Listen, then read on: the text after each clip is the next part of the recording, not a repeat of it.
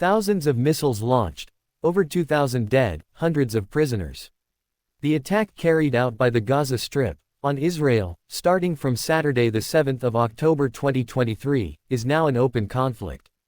Let me first of all express my regret for such a high number of victims, who were mostly civilians. In this video, we outline the situation in a schematic way, so that we can understand it more clearly. Before seeing what happened from October 7th to today, let's first frame the context, to have a clear understanding of the protagonists and the reasons for the conflict. If you want to reward our efforts and our work, if you are not yet subscribed to the channel, just a click on the subscribe button is a huge help for us.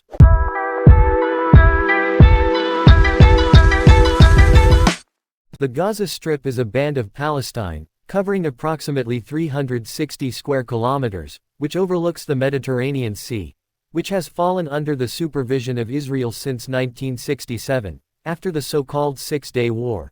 The territory is not occupied, but Israel controls, among other things, the airspace, the territorial waters, the registry office, the entry and exit of people, goods and the tax system. The Strip owes its name to the city of Gaza, and is surrounded by a long perimeter wall, which makes it an enclave closed on itself, and more or less isolated. Over 2 million people live there. The poverty and unemployment rate always well exceeds 50%. The water is largely contaminated, and electric light is available only a few hours a day. Such an extreme situation could only favor extremist political forces. In fact, over time various political and parliamentary organizations have arisen in the Strip, often also involved in criminal trafficking of various kinds, including smuggling of weapons and armaments. Among these organizations there is Hamas, founded in 1987, and currently supported by foreign countries, such as Iran and Qatar.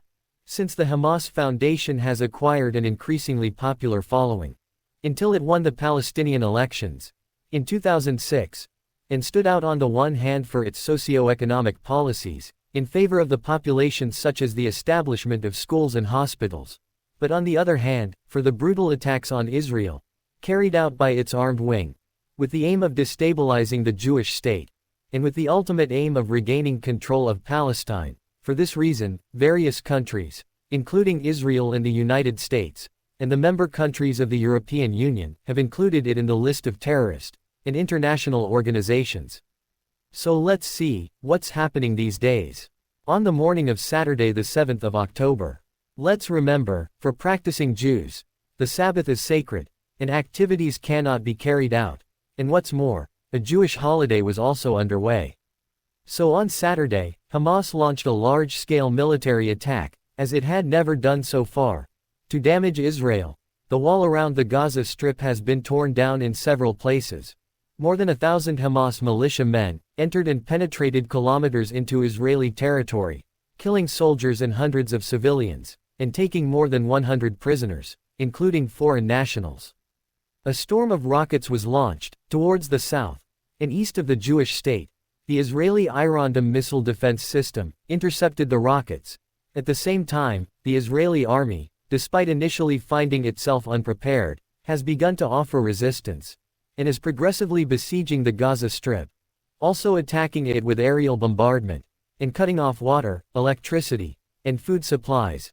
In all of this, Israeli Prime Minister Netanyahu officially assumed command powers for the war, and 300,000 reservists were immobilized. In short, unfortunately, a full-blown conflict is on the horizon. In summary, this is everything that has happened so far. But now let's try to answer 3 questions. The first, why did Hamas attack just now? The second, how did Israel not realize what was about to happen? And finally, the third, Hamas was helped in the attack by foreign countries. Let's go in order. Hamas attacked right now, to try to prevent Israel and Saudi Arabia from mutually recognizing each other, and normalizing their political and economic relations.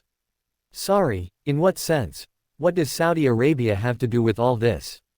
You should know that Israel is a state that is not officially recognized by various countries, especially many of the Arab ones that surrounded it, such as Lebanon, Syria, Iraq, Iran, Kuwait, Qatar, Yemen, Oman and Saudi Arabia.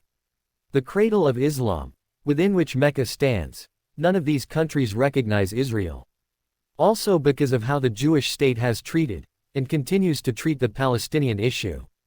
Yet little by little, thanks also to the mediation of the United States, it has been recognized in recent years by the United Arab Emirates, Bahrain, Morocco, Sudan. Saudi Arabia would probably have been the next one, and maybe it will be next.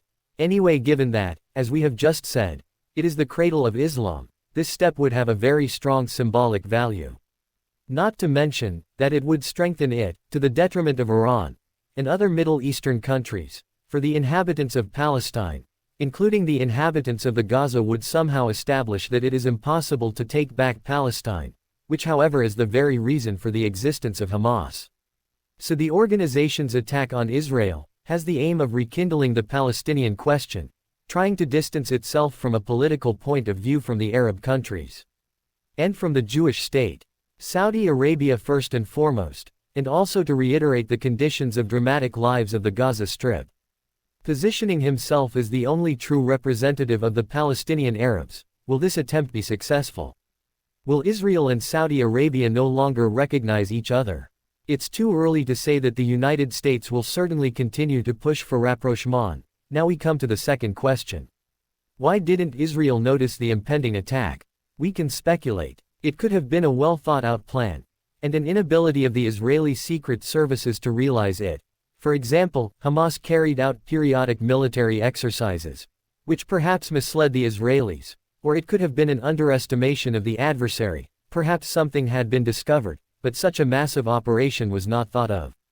What is certain is that Israel is currently experiencing a period of strong division, political and social instability.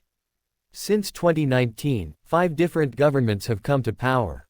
Prime Minister Netanyahu has been under the eye of the storm due to judicial and political events, with an increasingly marked tendency towards the far right and an attempt to centralize power.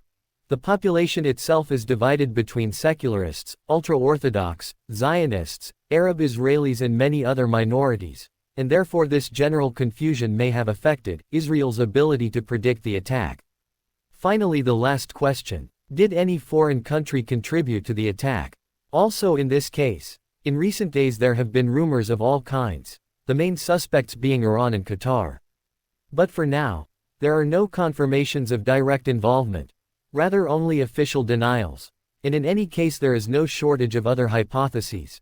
Certainly more concrete support came from southern Lebanon, where the political and paramilitary organization Hezbollah, also an allied ally of Iran, has in turn carried out attacks on northern Israel, which in turn has reacted. Is a theater of conflict, which unfortunately could increasingly becoming a second front in the war. Let's hope not. We will eventually be here to tell you guys about it. That's all for this video. If you find it interesting, please support us by hitting the subscribe button. Don't forget to like and comment. See you in the next video.